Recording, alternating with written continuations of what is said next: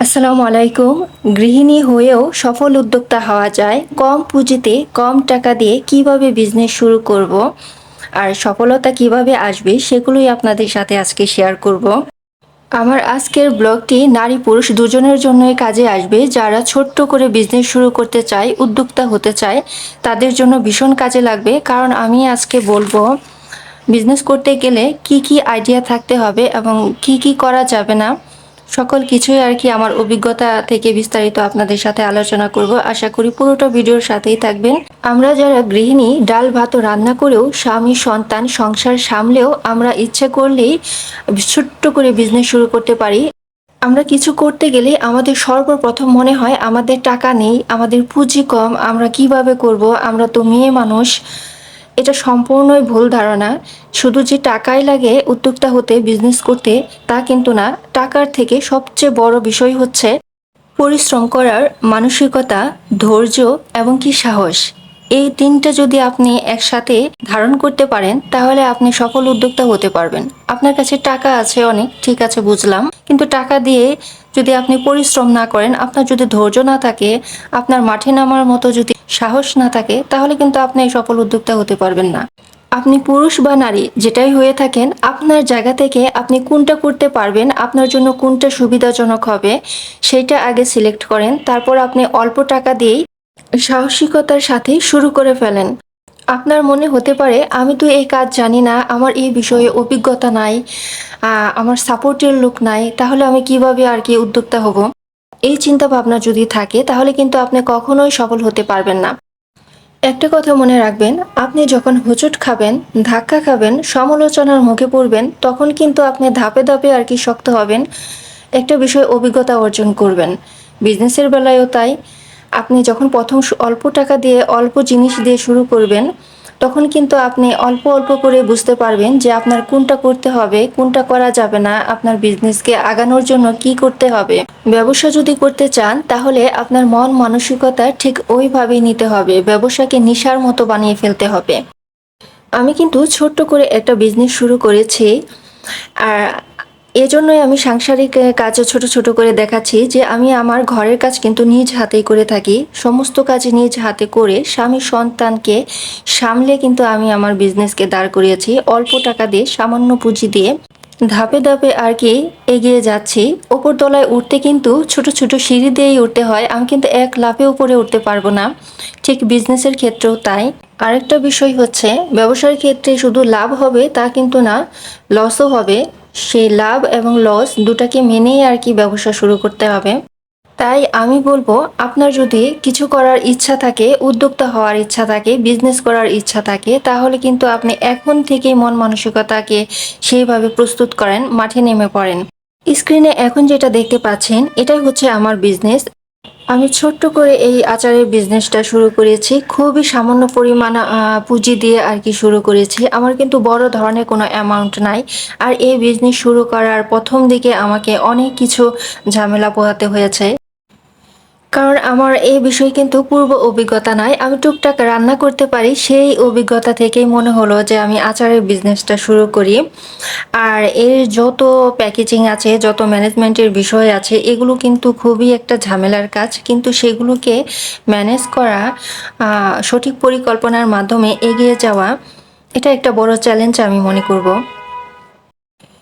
এর জন্যই আপনাদের সাথে আজকের আমার কথা বলা, যে আমি যদি পারি, একদম শূন্য থেকে যদি আমি শুরু করতে পারি, তাহলে আপনারা কেন পারবেন না। কারণ অনেকেই আছে, আমার তো যেমন সাপোর্টের জায়গা নাই, তবুও আমি শুরু করেছি। কিন্তু আপনাদের মাঝে এমন অনেকে আছে যাদের টাকাও আছে, সাহায্য করার মতো সেই সুযোগটাও আছে, কিন্তু আপনারা সেই সুযোগটা কাজে লাগাচ্ছেন না। সে কারণেই আমার এতগুলো কথা বলা। আমি শুরুতেও বলেছি, এখনো বলছি, আপনাদের জায়গা থেকে যে যেটা পারেন, আপনাদের জন্য যেটা সহজলভ্য হয় সেইটা দিয়েই আর কি শুরু করেন। সামান্য পরিমাণ অর্থ, পরিশ্রম, ধৈর্য, লেগে থাকা, এগুলো কিন্তু আপনাকে বড় সফলতার দিকে নিয়ে যাবে। ছোট ছোট করেই কিন্তু মানুষ বড় হয়।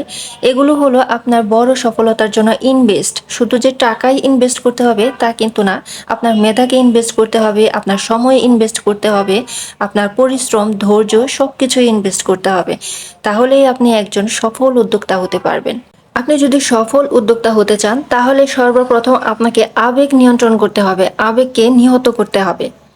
আপনাকে স্বপ্ন দেখতে হবে, আপনাকে বড় বড় স্বপ্ন দেখতে হবে এবং স্বপ্ন যাতে আপনাকে আঘাত করে সেই আঘাতে যাতে আপনি সফলতার দিকে যান সেইভাবে আপনাকে স্বপ্ন দেখতে হবে। উদ্যোক্তা হতে গেলে আরেকটি গুরুত্বপূর্ণ বিষয় হচ্ছে আপনাকে নোট করা শিখতে হবে। আপনার বিজনেসের ক্ষেত্রে আপনার উদ্যোক্তা হওয়ার জন্য কি কি প্রয়োজন সেগুলোর তালিকা তৈরি করতে হবে। আপনি উদ্যোক্তা হওয়ার জন্য মাঠে নামার আগে আপনাকে সেইগুলোর ব্যবস্থা যথাযথভাবে করতে হবে। কতদিন সময় লাগতে পারে, কতদিনের ভিতরে আপনি সেগুলো আপনার নিয়ন্ত্রণে আনতে পারেন, সে কাজগুলো আপনাকে পারফেক্টভাবে শিখতে কতদিন সময় লাগতে পারে, আপনার কী কী প্রয়োজন হতে পারে, সমস্ত কিছু কিন্তু আপনার উদ্যোক্তা হওয়ার আগে এগুলো সুন্দরভাবে পরিকল্পনা মাফিক কাজ করে যেতে হবে। তাহলে কিন্তু আপনি যখন মাঠে নামবেন, আপনি বিজনেস শুরু করবেন, আপনার কিন্তু এতটা হয়রানি পোহাতে হবে না। এই কথাগুলো এই কারণেই বললাম, কারণ আমি যখন ছোট্ট করে বিজনেস শুরু করেছিলাম, শুরুতেই বলেছি আমার কিন্তু কোনো সাপোর্টের জায়গা ছিল না। ধাপে ধাপে আর কি শিখেছি, অনেক কিছুর সমস্যার সম্মুখীন হতে হয়েছে, সে কারণেই কথাগুলো বললাম। আপনি উদ্যোক্তা হতে গেলে আরেকটি বিষয় লক্ষণীয়, প্রথমে যখন আপনি কাজ শুরু করবেন তখন কিন্তু 2 মাস 3 মাস 4 মাস আপনাকে হচ্ছে লাভের কথা বাদ দিতে হবে, আপনাকে শুধু শেখার জন্য মাঠে নামতে হবে। যখন আপনি কাজটি পুরোপুরি শিখে যাবেন, আপনার আয়ত্তে এসে যাবে, সমস্ত কিছুর লিঙ্ক আপনার হাতের মুঠোয় এসে যাবে, তখন কিন্তু আপনার জন্য কাজটা করা খুবই সহজ হয়ে যাবে। তখন দেখা যাবে যে অল্প অল্প করে আপনার লাভ হচ্ছে। অনেক বড় অ্যামাউন্ট না হলেও অল্প অল্প করে আপনি সফলতার দিকে যাচ্ছেন। যখন আপনি অল্প অল্প করে সাকসেস হবেন তখন কিন্তু কাজের আগ্রহ আপনার বেড়ে যাবে। সে কারণেই বললাম, আপনি যখন উদ্যোক্তা হবেন, বিজনেসের জন্য মাঠে নামবেন, আপনাকে মাথায় রাখতে হবে যে আমার লাভও হবে এবং কি আমার ক্ষতিও হবে। ক্ষতিটা আপনার পজিটিভভাবে নিতে হবে, কারণ যখন আপনার ক্ষতি হবে তখন কিন্তু আপনি আরও ভালোভাবে বুঝতে পারবেন যে আপনার কি করতে হবে, কোনটা করলে আপনার আরও লাভের দিকে যেতে পারবেন। এই যে স্ক্রিনে যেগুলো দেখতে পাচ্ছেন এগুলো হচ্ছে আমার স্বপ্ন। তাই বলবো, যারা গৃহিণী আছেন সেই ভাবি বা আপুদের বলছি, ভিতরের স্বপ্নটাকে বাস্তবে রূপ দেওয়ার জন্য আজই আর কি পরিকল্পনা শুরু করে দেন এবং সে মতোই কাজ করেন, দেখবেন আপনিও সফল হয়ে যাচ্ছেন। শুধু রান্নাবান্নার মধ্যেই আমরা সীমাবদ্ধ থাকবো তা কিন্তু না, আমরা আমাদের পর্দা মেনটেন করে শালীনতার ভেতরে থেকে কিন্তু আমরা বিজনেস করতে পারি। এ ছোট্ট ছোট্ট আয় দেখা যাবে আপনার মানসিক শান্তি এনে দিচ্ছে, সাংসারিক আর্থিক চাহিদা পূরণ করছে, আপনি সফল উদ্যোক্তা হতে পারছেন। তাই আর দেরি না করে এখন থেকেই আর কি শুরু করে দেন।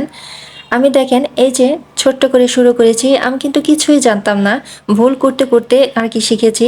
আমার প্রথম অবস্থায় অনেক কিছু নষ্ট হয়েছে, কারণ আমি সব কিছুই আর কি এক হাতেই করেছি, সে কারণে আমার লসটাও একটু বেশি হয়েছে প্রথম অবস্থায়, কারণ আমার শিখতে অনেকটা সময় লেগেছে। এখনও কিন্তু আমি সেই এক হাতেই সব কিছু করি, কারণ আমার খুব ছোট্ট পরিসরে বিজনেসটা, এখনও শিখছি। আর সেই ছোট ছোট অভিজ্ঞতায় আর কি আপনাদের সাথে শেয়ার করলাম। আপনাদের সবাইকে অসংখ্য অসংখ্য ধন্যবাদ এতক্ষণ আর কি ধৈর্য ধরে আমার ভিডিও দেখার জন্য। আর আপনারা সবাই আমার জন্য দোয়া করবেন যাতে আমার এই ছোট্ট বিজনেসটাকে আমি সামনে সফলতার দিকে এগিয়ে নিতে পারি। প্রত্যেকটা কাজেই বাধা আছে আর সেই বাধাকে জয় করতে হবে। তো আজ অনেক কথা বললাম, জানি না কার কতটুকু কাজে আসবে।